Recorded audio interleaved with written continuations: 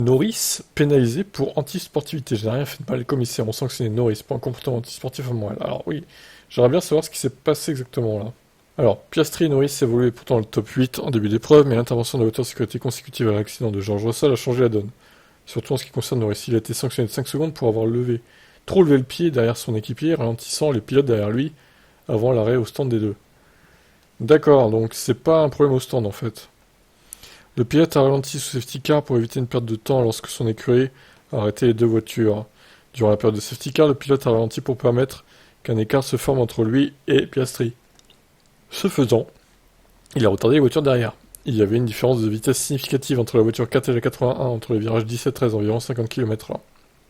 L'article 12.2.1 L du Code sportif international fait référence à toute infraction au principe de loyauté dans la compétition, comportement non sportif ou tentative d'influer le résultat d'une compétition de manière contraire à l'éthique sportive.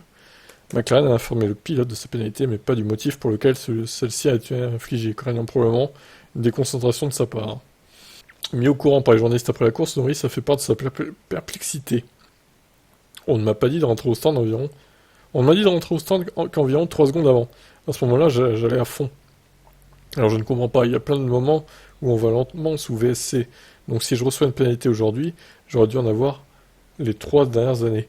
Et tous les autres aussi. Bref, à mon avis, j'ai rien fait de mal. Cette pénalité l'a fait rétrograder de la 9e à la 13e place. Alors qu'il était 7e sur la grille, mais la satisfaction est quand même au rendez-vous, je dirais.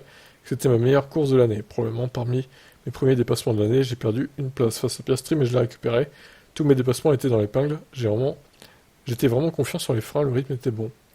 Je ne dirais pas qu'il était génial, mais suffisamment bon pour résister à l'Alfa Romeo et l'Alpine. Ouais, bon, c'est pas la folie quand même, le rythme. Hein. Ouais, après, bon, est-ce que c'était mérité ces 5 secondes? Je suis pas sûr non plus. Après, beaucoup l'ont fait déjà par le passé, comme il dit, hein, ralentir un peu pour que l'équipier devant puisse faire son arrêt et puis que toi, après, tu puisses faire ton arrêt sans trop perdre de temps, on va dire.